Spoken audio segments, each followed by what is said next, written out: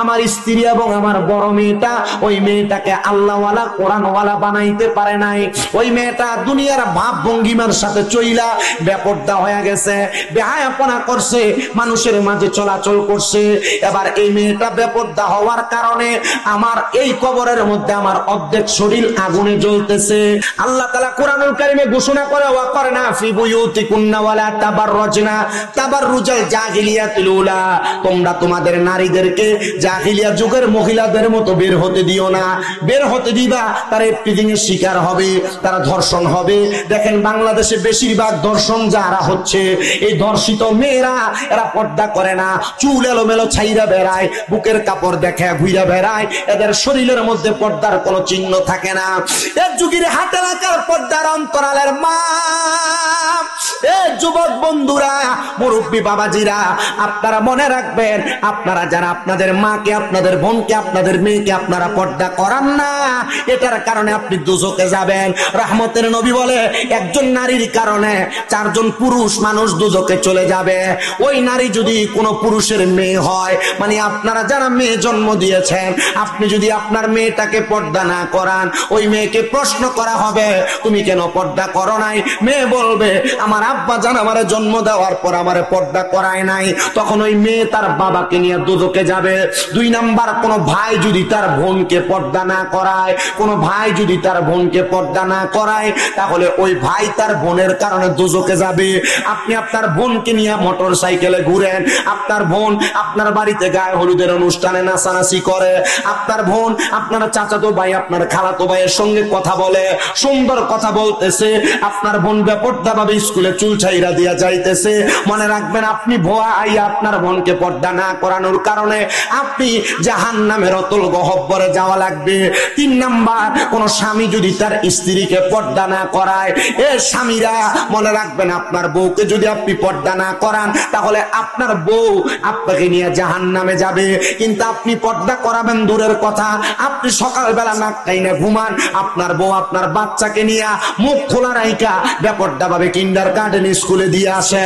আপনার বউ আপনার সন্তানকে নিয়ে বাজারে তো স্কুলে দিয়া, আপনার বউ বাজার করে আনে মুন্সির হাট থেকে।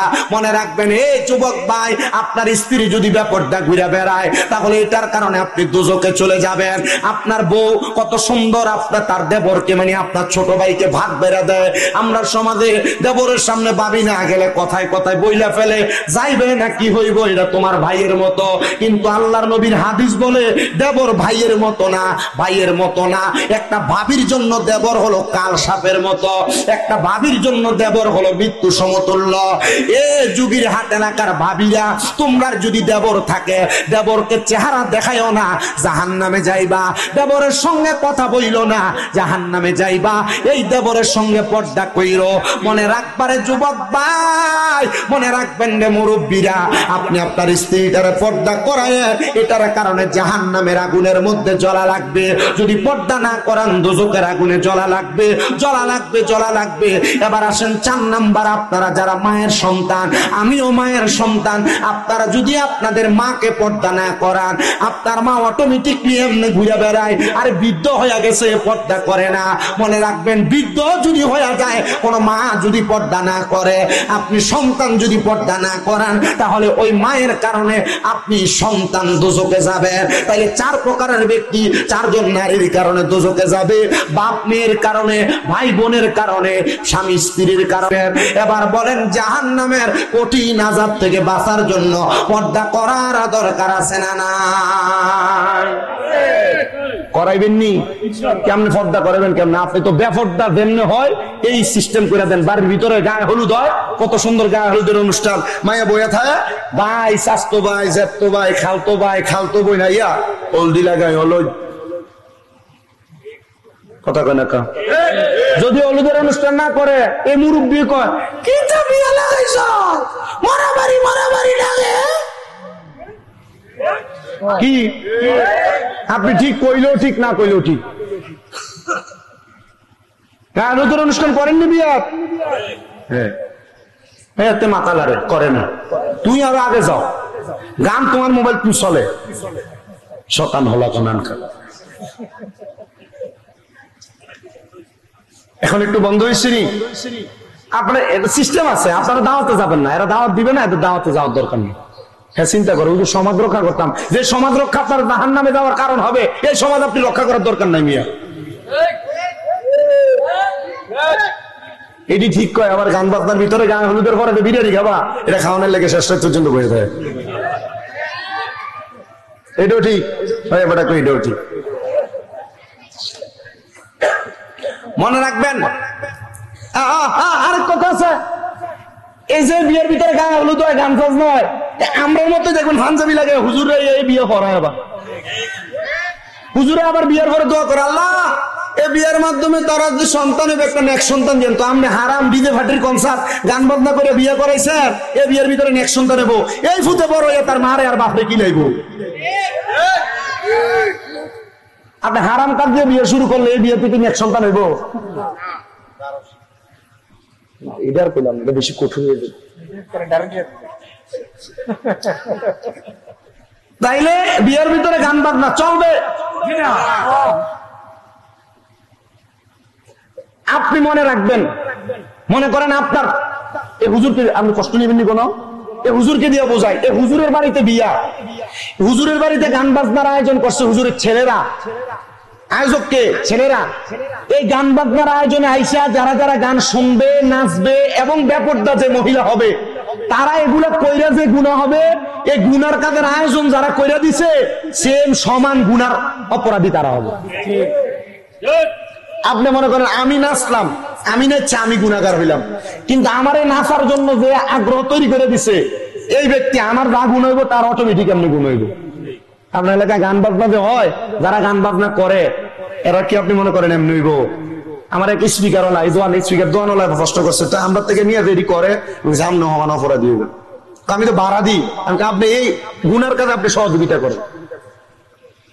চিন্তা করবো মা হুজুর এটা কি থাকে, এটা না থাকলে তো হয়তো না। হ্যাঁ, এটা না থাকলে হয়তো না, এটা দরকার, ওয়াজ মাহফিলে চলে না, এটা লাগে, কিন্তু গান বাজনার ভিতরে দিয়ে আপনি সহযোগিতা করছেন না, আপনি সমান গুনাহগার। এবার আসেন, মনে রাখবেন, আপনারা যদি আপনাদের আত্মীয় স্বজন মহিলাদেরকে পর্দায় না ঢুকায় দিয়া যান, একজন বাবা যদি তার মেয়েকে পর্দাশীল না বানায়া যায়, তাহলে তার মেয়ের কারণে সে কবরে গেলে দোজখের আগুনে কেমনে জ্বলবে?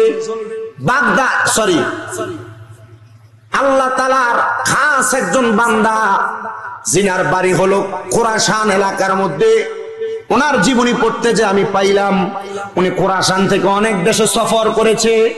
উনি বলেন, আমি একদিন রাত্রবেলা সজাগ অবস্থায় আমার সারা রাত্র কাটাইলাম, আমার স্বভাব ছিল আমি ফজরের নামাজ পড়ে, 2 রাকাত নামাজ আছে, ফজরের পরে সূর্য উঠলে 2 রাকাত নামাজ পড়ে, এটা কি নামাজ কয়? এশরা না, কি নামাজ কয়?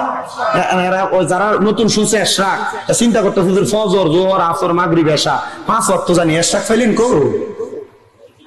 আরে এডি ছাড়া আরো নামাজ আছে, সূর্য ওঠার সাথে সাথে নামাজ পড়ে এশরা, সূর্য ওঠার পর থেকে সূর্য ডুবার আগ পর্যন্ত আরো 2 রাকাত নামাজ আছে, যেটা চাষের নামাজ অথবা দোহারের নামাজ কয়।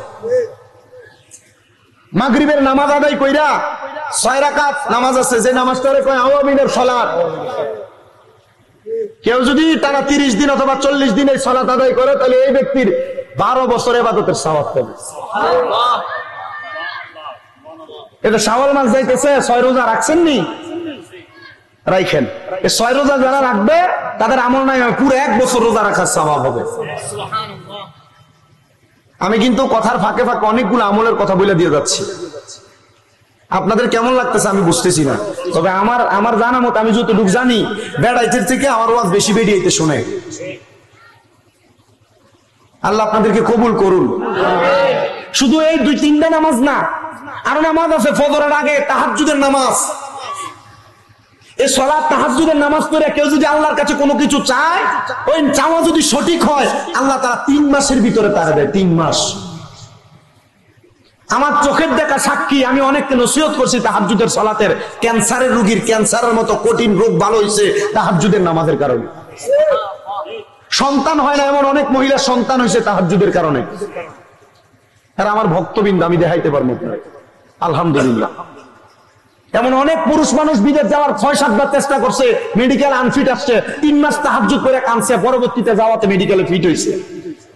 ব্যবসা করছে বরকত হয় নাই, তাহাজ্জুদ করছে আল্লাহ বরকত দান করছে। কঠিন রোগে আক্রান্ত, তাহাজ্জুদ করছে আল্লাহ তাআলা এই ব্যক্তির কঠিন রোগ থেকে শিফা দান করছে।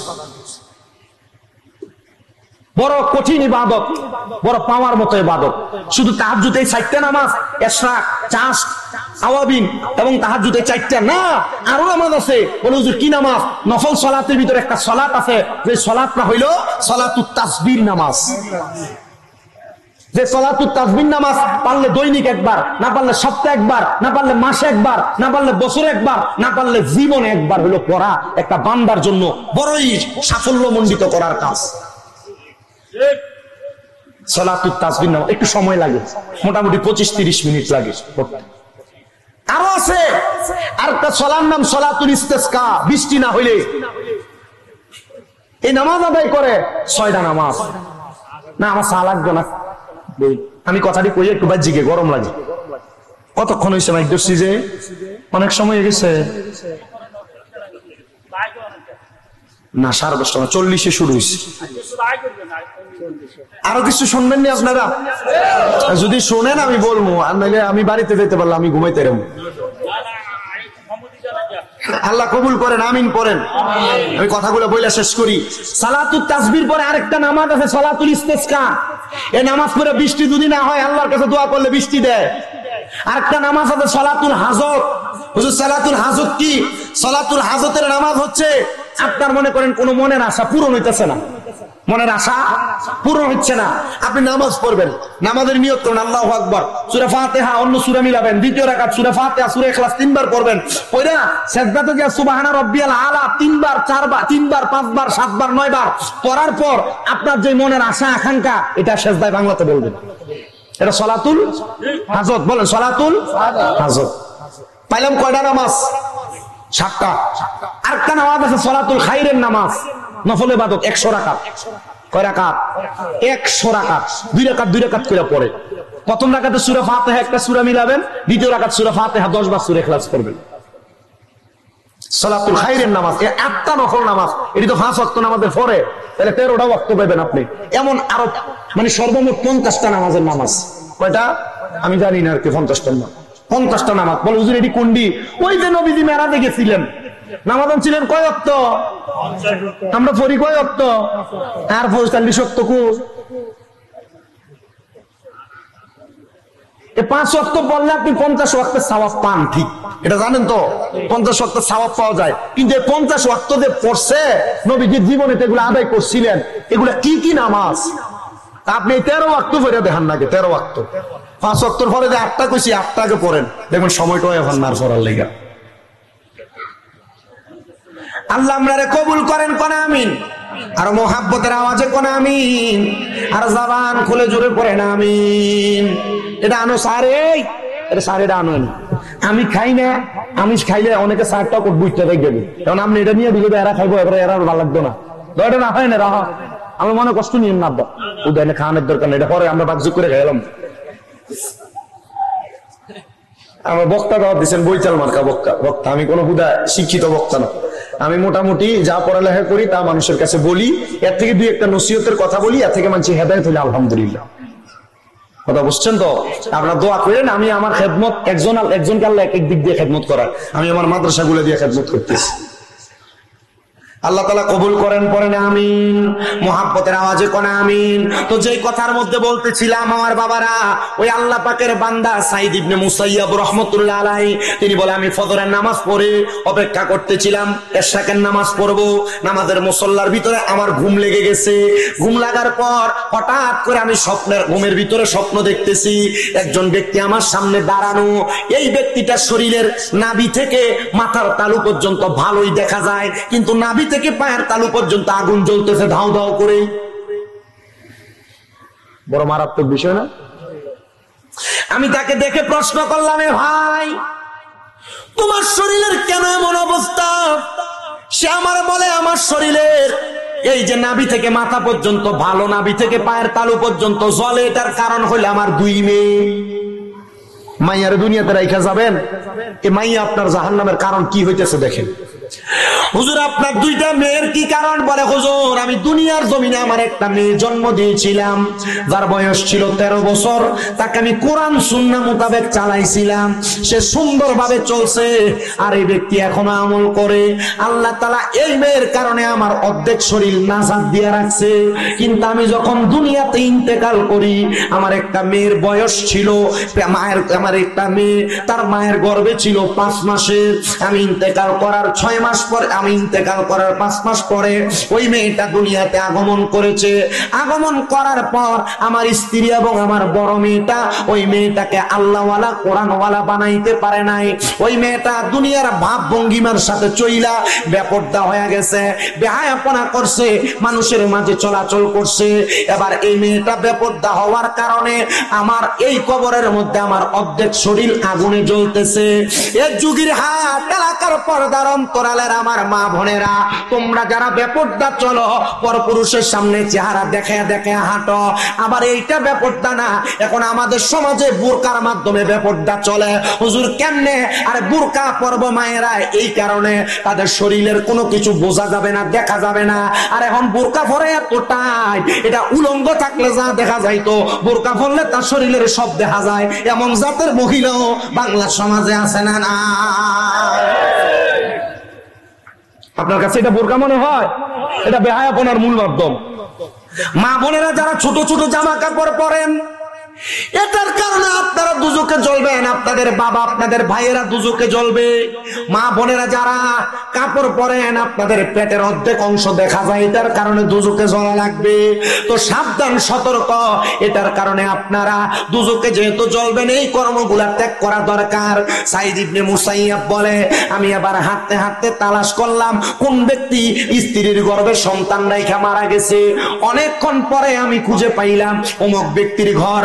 আমি তাদের দরজার সামনে যে দাঁড়ায়া সালাম দিলাম, আসসালামু আলাইকুম ওয়া রাহমাতুল্লাহ। ঘরে থেকে আমারে কোনো সালামের জবাব দেয় না। আবার সালাম দিলাম, আসসালামু আলাইকুম ওয়া রাহমাতুল্লাহ, আমার কোনো সালামের জবাব দেয় না। আবার সালাম দিলাম, আসসালামু আলাইকুম ওয়া রাহমাতুল্লাহ, সালামের জবাব তো দিলই না। একটা বালতির মধ্যে কইরা, পানির পাত্রের মধ্যে কইরা, একটা মেয়ে এলোমেলো চুলওয়ালা আমার সামনে এসে কিছু ময়লা পানি আমার গায়ে ফিক্কা মেলা মারছে। আমার গায়ে পানিগুলা মারার পর আমি চিন্তা করলাম কত দুষ্ট একটা মেয়ে, আমি ঘর থেকে চলে যাব। এমন টাইমে পেছন থেকে একটা মেয়ে আমার ওয়ালাইকুম সালাম বলে জবাব দিয়েছে। আমি রাগান্বিত হইয়া তার দিকে তাকাইলাম না। আমি 3 বার সালাম দিয়েছি, সে আমারে 3 বার জবাব দিলে তার দিকে ফিরবো। আমারে 2য়-বার জবাব দিয়েছে, আমি তার দিকে তাকাইলাম না। 3য়-বার জবাব দিয়েছে, তার দিকে তাকাইলাম না। এবার 4র্থ-বার ওই মেয়েটা আমারে সালামের জবাব না দিয়ে আমারে উল্টা সালাম দিছে। এই যুগের হাটের মুমিন মুসলমানেরা, কারণ ঘরের সামনে গেলে 3 বার সালাম দিবা, জবাব না পাইলে ফিরা চলে আসবা। হুজুর না না, আমরা এগুলা করি না, আমরা ডাইরেক্ট অমুক ভাই আসুনি কইয়া ঘরে ঢুইকা যায়। আরে বাবা, একটা সন্তান তার মা বাবার ঘরে ঢুকার আগেও সালাম দিয়া প্রবেশ করা নবীর সুন্নত। সালাম ছাড়া প্রবেশ কইরো না। মনে রাখবা, সালাম ছাড়া প্রবেশ করলে সুন্নাহ বিরোধী কাজ হবে। সালাম ছাড়া প্রবেশ করলে ওই ঘরের মধ্যে জিনের মতো বাজে জিন আক্রমণ করবে। নাউজুবিল্লাহ। কম না, কষ্ট দিতেছে আপনারা? তারা পানি বন্ধ করছেন, মাইকের আওয়াজ মনে নিয়ে এখন খবর দেন না, ফাঁকা না, পানির আওয়াজ। আমার মুমিন মুসলমানেরা, 4র্থ-বার সালামের জবাবের পরে, 3য়-বার সালামের জবাবের পরে 4র্থ-বার যখন সালাম দিয়েছে, সালাম দেওয়ার পর আল্লাহর ওলি পেছনে ফিরে না, পেছনের দিকে হাইটে হাইটে আসছে। মনে রাখবেন, যারা আল্লাহর হক্কানি ওলি, হক্কানি বান্দারা বেরিয়েতে সামনে যায়নি। হ্যাঁ, বেরিয়েতে সামনে যায়, চোখ তুলে কথা বলে না। যদিও সামনে যাওয়া লাগে, এলাকার যে যুগ নির্ধারণতা, মাথা নিচা করে থাকে, মহিলাদের সঙ্গে কথা বলে না। এবার আল্লাহর ওলি ডাক দিয়ে কয়, মা আপনি সালামের জবাব দিয়েছেন, কারণটা কি? বলে, হুজুর সালামের জবাব দেওয়ার কারণ হইল, আপনি যখন 3 বার সালাম দিয়েছেন, আমি নামাজের মুসল্লায় ছিলাম, জবাব দিতে পারি নাই। হুজুর আপনার শরীরের মধ্যে আমার বোনটা পানি নিক্ষেপ করেছে, আমি তার বড় বোন। হুজুর এই বোনটা বেপরদা, বেহায়াপনা, উগ্র টাইপের মেয়ে। এমন অনেক মেয়ে দেখবেন সংসারে বড় হয়, এগুলা বিয়ে দেওয়ার পরে জামাইয়ের বাড়িতে ভালো করে ভাতও খাইতে পারে না। সাবধান, সতর্ক। এগুলাকে একটু ভালো করে মানুষ করে তারপর বিয়ে দিবেন, আর নচেত বিয়ে দেওয়ার পর অশান্তি শিকার হবেন। এ মুসলমান, মুসলমান। ওই মেয়েটা ডাক দিয়ে কই, হুজুর আপনার মতো একজন আলেম আমাদের ঘরের দরজায় কেন আসছেন, কারণটা কি? হুজুর ডাক দিয়ে কয়, মা আমি আজকে তাহাজ্জুদ নামাজের পরে ফজরের নামাজ পড়া এশরাকের নামাজের অপেক্ষা করতেছিলাম। মা গো আমি এশরাকের নামাজের জন্য অপেক্ষা করতে করতে ঘুমিয়ে গেছি। আমি ঘুমের ভিতরে দেখেছি তোমার আব্বাজান আমার স্বপ্নে আসছে। তোমার আব্বাজানের অর্ধেক শরীর আগুনে জ্বলে, অর্ধেক শরীর ভালো। এখন বুঝতে পারলাম তোমার এই বোনটার জন্য তোমার আব্বা জাহান্নামে জ্বলে। ওই বোনটা একটা লাফ দিয়ে হুজুরের পায়ে পড়ে গেছে, হুজুর মাফ করে দেন, আমি তো আমার আব্বাজানকে জীবনে দেখি নাই, আমার জন্মের 5 মাস আগে আমার আব্বা মারা গেছে। হুজুর আমি কেমনে আমার আব্বাজানের জাহান্নামের কারণ হইলাম, আমি তো আমার বাপরে দেখি নাই। বলে তুমি বেপরদা চলো, বেহায়াপনা করো, এই জন্য তোমার আব্বাজানকে তুমি দেখো নাই, না দেখো জাহান্নামের কারণ হয়ে গেলা। মাইয়া ডাক দিয়ে কই, হুজুর যেই বাবা আমার জন্মদাতা, ওই বাবা যদি আমি কন্যার জন্য জাহান্নামে জ্বলে, আমি কন্যা এটা সহ্য করতে পারবো না। এ হুজুর আপনি বলেন না কোন কাজের কারণে আল্লাহ আমার আব্বাকে মাফ করে দিবে? মাইয়াটার প্রশ্নের জবাবে হুজুর ডাক দিয়ে কই, মা ব্যাপারটা বেহায়াপনা ছাড়ো, অন্যায় অশ্লীলতা ছাড়ো, আল্লাহ তাআলা মাফ করে দিবে। মাইয়া কই, হুজুর আপনার নসিহত গ্রহণ করলাম, আর ব্যাপারটা বেহায়াপনা করব না। মাইয়াটা যখন গ্রহণ কইরা ব্যাপারটা বেহায়াপনা ছাড়ছে, মাইয়াটা 5 ওয়াক্ত নামাজ পড়ে। 5 দিন পরে 7 দিন পরে ওই আল্লাহর ওলি সাইদ ইবনে মুসাইয়াবের সামনে, হুজুর আমার আব্বাকে এখন ভালো আসেনি। হুজুর এটা তো আমি স্বপ্ন দেখেছি, এখন তুমি তোমার আব্বারে জিগাও। হুজুর কেমনে জিগাইব গো, আমার আব্বা তো কবরে। বলে রাস্তা আছে রে, ওই রাস্তাটার মাধ্যমে জিগাও। হুজুর কেমনে গো, একটু কারণটা বলেন। বলে তোমার কাছে আমার একটা নসিহত, ওয়া মিনাল লাইলি ফাতাহাজ্জাদ বিহি নাফিলাতান লাকা আসা আইয়াবাসাকা রাব্বুকা মাকামান মাহমুদা। আমার আল্লাহ আমার নবীকে বলেছেন আপনি রাতের কিছু অংশে তাহাজ্জুদের নামাজ পড়েন। যদি আপনি তাহাজ্জুদের নামাজ পড়েন, অতি সত্বর আপনার মাকামে মাহমুদ প্রশংসার জায়গা দান করা হবে। এই আয়াত যখন নাজিল হয়, আমার নবী আল্লাহর কাছে বলেছেন, আল্লাহ আমি তাহাজ্জুদ পড়লে আমারে মাকামে মাহমুদ দিবেন, কিন্তু আমার উম্মত যদি পড়ে উম্মতরে কি দিবেন? আমার আল্লাহ তাআলা ঘোষণা করেছে, নবীর কোন উম্মত তাহাজ্জুদ পড়ে যা চাইবে আল্লাহ তা দিয়া দিবে। ও হুজুর তাইলে আমি তাহাজ্জুদ পড়ে আমার আব্বার কথা স্মরণ করলে আব্বারে দেখতে পাবো। আপনাদের যাদের মা নাই, আপনাদের যাদের বাবা নাই, মারে দেখতে মন চায়, বাবারে দেখতে মন চায়, তাহাজ্জুদ পড়ে কান্না করবেন, দেখবেন আপনার মা বাবারে আপনি তাহাজ্জুদের কান্না করার সময় দেখা যাবেন। হুজুর কেমনে? আরে আব্বা মা বাপ জান্নাতি না জাহান্নামী? তাহাজ্জুদ নামাজ পড়ে চেষ্টা করলে আপনি মা বাবার জান্নাত জাহান্নামের খবরও বলতে পারবেন। আমার কথা না, স্বয়ং আল্লাহর কোরআনের কথা। ওই মেয়েটা একটানা 7 দিন তাহাজ্জুদ পড়ছে, আল্লাহর কাছে কান্না করে। মাইয়া ডাক দিয়া কয়, জগতের মানুষ, আমি যখন তাহাজ্জুদের নামাজ পড়িনা আমার বাবার জন্য কান্না করতে লাগলাম, আমি সেজদার মধ্যে থাইকা হঠাৎ করে দেখতে পাইলাম একজন নূরানি পোশাকওয়ালা সুরতওয়ালা মানুষ, যিনি সামনে হাঁটতেছে, সুন্দর ফুলের বাগান, ডাইনে বামে সামনে পেছনে রহমতের হুরগিল মান্ডা। আমি জিজ্ঞাসা করলাম, কে গো আপনি, আপনার পরিচয় কি?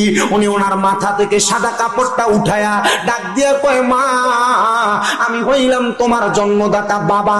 ও বাবা, আপনার নাম অর্ধেক শরীর আগুনে জ্বলেছে, অর্ধেক ভালো ছিল, এখন কেমনে আপনি শান্তি পাইলেন? আমার আব্বা আমার জবাব দিয়েছে, এ মা তুমি পর্দা করার কারণে, নামাজ পড়ার কারণে, ইবাদত করার কারণে, বেহায়াপনা ছাড়ার কারণে, অশ্লীলতা ছাড়ার কারণে আল্লাহ তাআলা আমি বাবাকে মাফ করে দিয়েছে।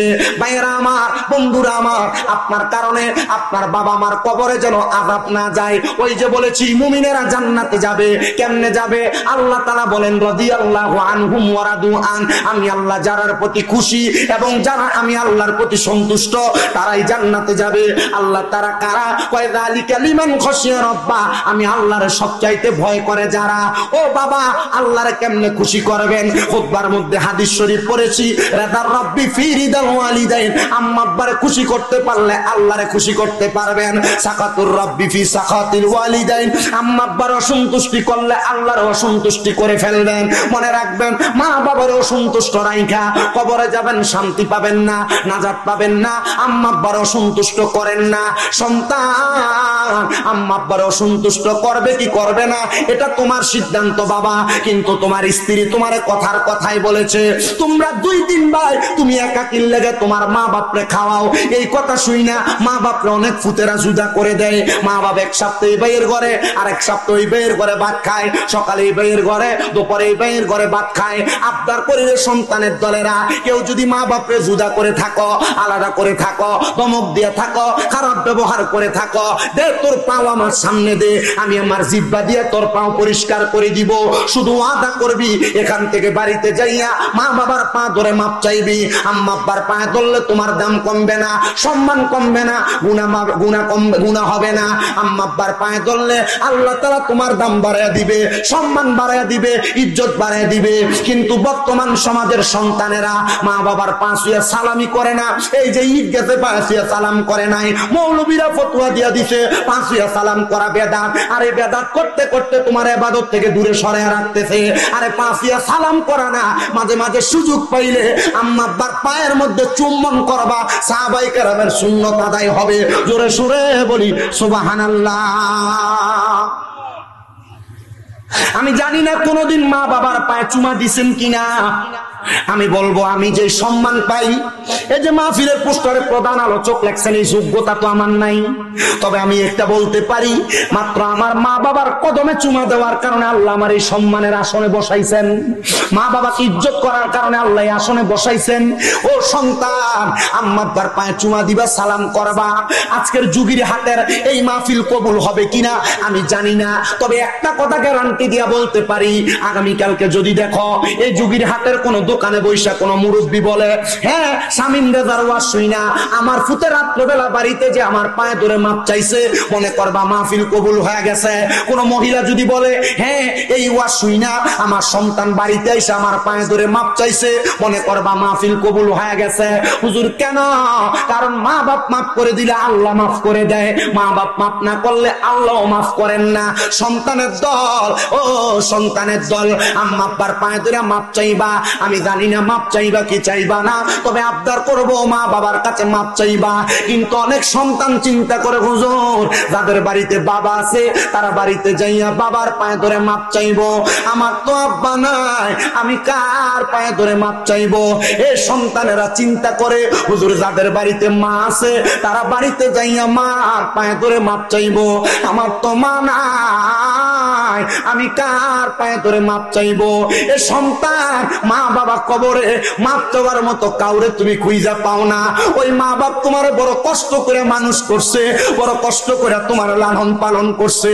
আগে এক বেলা ভাত না খাইলে মা বারবার কইতো, কিরে পেটটা দি পিঠের লগে লাইগা রইছে, ভাত খাস না কেন ফুট, তোর পেটটা তো পিঠের সাথে লাগছে, সন্তান অসুস্থ হইয়া যাবি। এখন এক বেলা ভাত না খাইলে, 2 বেলা ভাত না খাইলে কেউ একবার জিগায় না ফুট খানা দি খাও না। হাই রে, এমন মায়ের মতো আপন কেউ নাই, কেউ নাই। এই যে রোজার ঈদ চলে গেল, কত মানুষের জন্য জামা কাপড় কিনলা, আব্বাটাতে কবরে আব্বাটার লেগে যে একটা লুঙ্গি কিনতে পারলা না।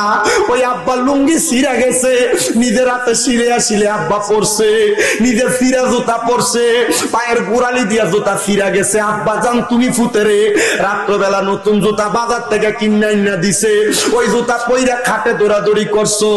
আজকে ওই আব্বা অন্ধকার কবরে, সন্তান তুমি তোমার আব্বার একটা পাঞ্জাবি কিনা পরাইতে পারো না। এ সন্তান, মা জননী স্কুল মাদ্রাসায় যাইতে কাপড় রাস্তা থেকে খুইলা 10-20 টাকা তোমার হাতে দিয়া দিছে, পানি ভাত মা খাইতে না, আমার ভূতের ওই দিদি আইলে পানি ভাত খাইলে তার কলজা ঠান্ডা হইব। আজকে ওই মা কবরে, মারে দি তোমার ঘরে এক বেলা খাওয়াইতে পারো না। সামনে কোরবানির ঈদ আসতেছে, অনেক সন্তানেরা কোরবানি দেয়, কিন্তু তার মা বাপ থাকতে তারা কোরবানি দিতে পারে নাই। মানুষের বাড়ি থেকে গোশত আসলে মা রান্না কইরা আলুটা বাড়ায় দিত, মা সন্তানরে গোশত খাওয়াইতো, আলু জুল দিয়া মা খাইছে। এখন ফুতে কত বড় গরু কোরবানি দেয়, কিন্তু তার মারে একটা টুকরা গোশত খাওয়াইতে পারে না। ও সন্তান, সন্তান, ও সন্তানের দলেরা, ওই মা বাবা যদি অন্ধকার কবরে থাকে, আমি তোমার কাছে আবদার করব, একটু পরে আখিরি মুনাজাতে আল্লাহর দরবারে দোয়া করবা, রব্বির হামহুমা কামা রব্বায়ানি সগীরা। কোন সন্তান যদি চোখের মণিকোটার মধ্যে একটা মাছির মাথা পরিমাণ পানি চাইরা কান্না করে, ওই পানি মাটিতে পড়ার আগে আল্লাহ তার মা বাবার জীবনের গুনাহ মাফ করে দেয়। আমি জানি না কে তারার মারে হারাইছে, কে তারার বাপকে হারাইছে। আজকে জুগিরহাট এলাকায় এত সুন্দর জান্নাতের বাগান, এত সুন্দর একটা মক্তব, এত সুন্দর একটা জানাজার মাঠ তৈরি করেছে। এই এলাকার যারা এগুলা করেছে তাদেরকে শুকরিয়া জ্ঞাপন করছি, কারণ এটার কারণে তোমাদের বংশের কবর আযাব মাফ হবে। আমার আগের হুজুরের কাছে অনেকে দান করেছে, তাদের শুকরিয়া আদায় করছি। আল্লাহ তাআলা তোমাদেরকে এটার কারণে মাফ করবে। তোমাদের অনেকের মা নাই, অনেকের বাবা নাই, একবার চিন্তা করে দেখো, মা বাপ যদি বাইসা থাকতো, তুমি যদি ভাত খাওয়াইতা, মাসে মা বাবার পেছনে কি 2000 টাকা খরচ হইতো না?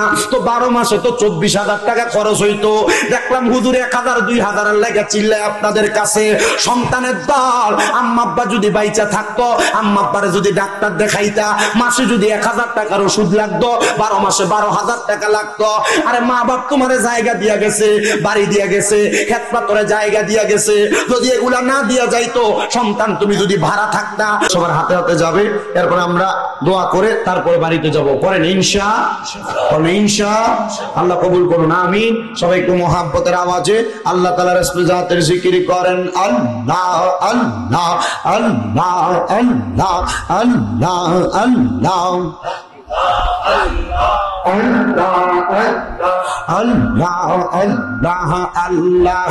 একদিন নিয়া যাইবা ইমানদার বা নাইয়া নিও, ইমানদার বা নাইয়া নিও, নবীজির প্রেম ইমানের মূল, সবাই বোঝার তৌফিক দিও।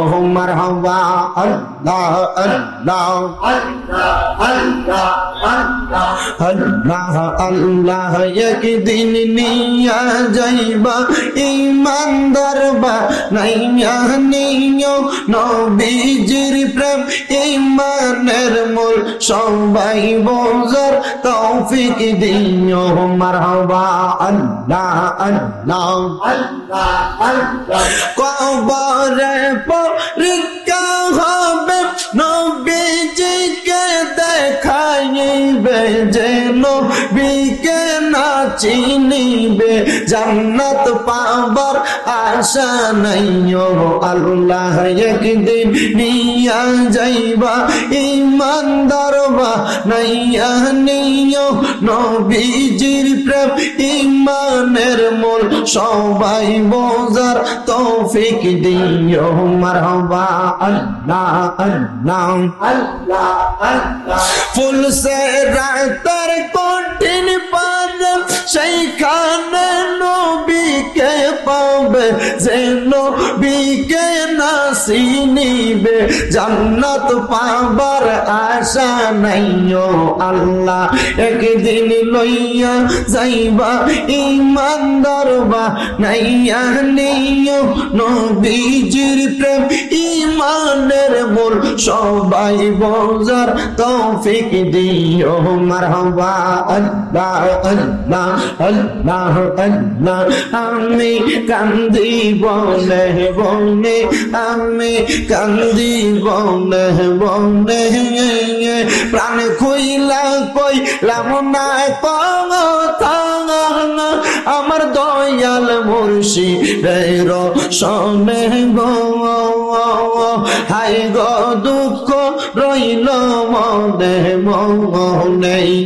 মারহাবা আল্লাহ আল্লাহ। দুঃখ রইল মনে মনে, জ্বালা রইল মনে মনে, প্রাণ খুইলা কইলাম না কথা, আমার মুর্শিদ চাঁদের সঙ্গ অনেক গো।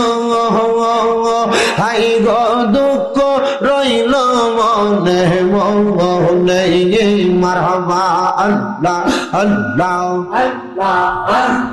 নবী ছাড়া আপন কেহ না হায়রে মুমিন ভাই নবী ছাড়া আপন কেহ নাই আল্লাহ আল্লাহ আল্লাহ আল্লাহ নবী রাহমাতুল লিল আলামিন আপনি উম্মতের জাবিগির গুনাহগার উম্মতের আপন জন উম্মতের লাগিয়া সাজদায় থাকবেন পড়িয়া নবী উম্মত ছাড়া কিছু বোঝেন না হাসান মোনার মানার নবী ছাড়া বান্দর কেহ নাই আল্লাহ আল্লাহ লা ইলাহা ইল্লাল্লাহ মুহাম্মাদুর রাসূলুল্লাহ সাল্লাল্লাহু আলাইহি ওয়াসাল্লাম। সবাই পড়ি আলহামদুলিল্লাহ। সবাই আমার জন্য খাস করে দোয়া করবেন, বিশেষ করে আমার মাদ্রাসাগুলোর জন্য দোয়া করবেন। সবাই নিবে দোয়া। এখানে দেওয়ালটা উন্মুক্ত, এখানে যে বুঝছি, ঠিক আছে ইনশাআল্লাহ দোয়া করবেন আমার মাদ্রাসার ছাত্রগুলোর জন্য। আলহামদুলিল্লাহ আল্লাহ তাআলা যেন পবিত্র কোরআনুল কারীমের হিফজ তাদের সিনার মধ্যে মরণের আগ পর্যন্ত ধরে রাখতে পারে, সে তৌফিক যেন আল্লাহ তাদেরকে দান করে পড়েন আমিন। আমার মাদ্রাসাটা কুমিল্লা চকবাজারের আগে যে নূরপুর সমুহনী, এটার পাশেই শাহপাড়া রোডের মাথায় তাহফিজুল কোরআন হিফজ মাদ্রাসা। ইনশাআল্লাহ আপনারা এটার জন্য দোয়া করবেন। আমার বাকি মাদ্রাসাগুলোই পাশেই, আল হোসাইনী ইসলামিয়া সুন্নিয়া মাদ্রাসা, জামিয়া নূরে মদিনা মাদ্রাসা, মা ফাতেমা মহিলা মাদ্রাসা, তাহফিজুল কোরআনেরই মহিলা মাদ্রাসা, মানে আমার এই 6টা মাদ্রাসা, এগুলোর জন্য আপনারা দোয়া করবেন শুধু খাস করে। আল্লাহুম্মা আমিন আল্লাহুম্মা আমিন। আলহামদুলিল্লাহি রাব্বিল আলামিন। আসসালাতু ওয়াসসালামু আলা রাসূলিহিল কারীম। রব্বানা যালামনা আনফুসানা ওয়া ইন লাম তাগফির লানা ওয়া তারহামনা লানাকুনান্না মিনাল খাসিরিন। ইয়া ইলাহি রহম ফরমা মুস্তাফা কি ওয়াসিতে खोले दे दरवाज़ाए रहमत गदा की वास्ते रहमतुल लिल आलमीन खत्मे रसूल जानी जगह अहमद हामिद मोहम्मद मुस्तफा की वास्ते मऊदो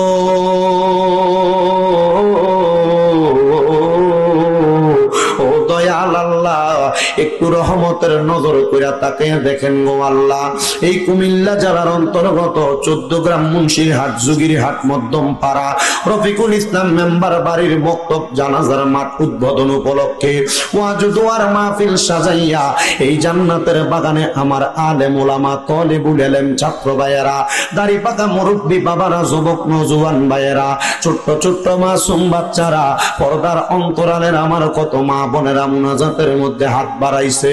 আল্লাহ যার হাত তোমার কাছে মায়া লাগে, পছন্দ হয়, ওই হাতের উসিলায় আমরা প্রত্যেকের জীবনের গুনাহ তুমি আল্লাহ ক্ষমা কইরা দাও দয়াল রে। ও আল্লাহ আমরার জীবনের গুনার দিকে তাকাইলে আমরার বড় ভয় লাগে রে আল্লাহ, না জানি এই গুনার কারণে আমরা দুজকের আগুনের মধ্যে চইলা যাই, তুমি তো অন্তর জামি রে আল্লাহ। ওই আমরা হইলাম ফানা, আমরা সুখে কিনা দুঃখে ডাকি গো আল্লাহ, তুমি যাই না কি জানো না রে আল্লাহ, বড় আল্লাহ জাগালো তোমার মনে।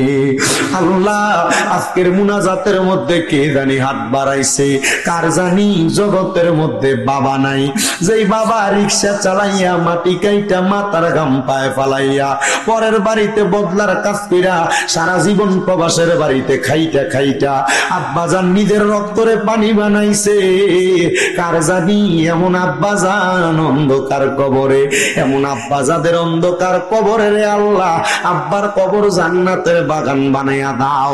ও দয়াল ফরিয়াদ তোমার দরবারে আল্লাহ। কে জানি হাত বাড়াইছে, কার জানি জগতের মধ্যে মা নাই।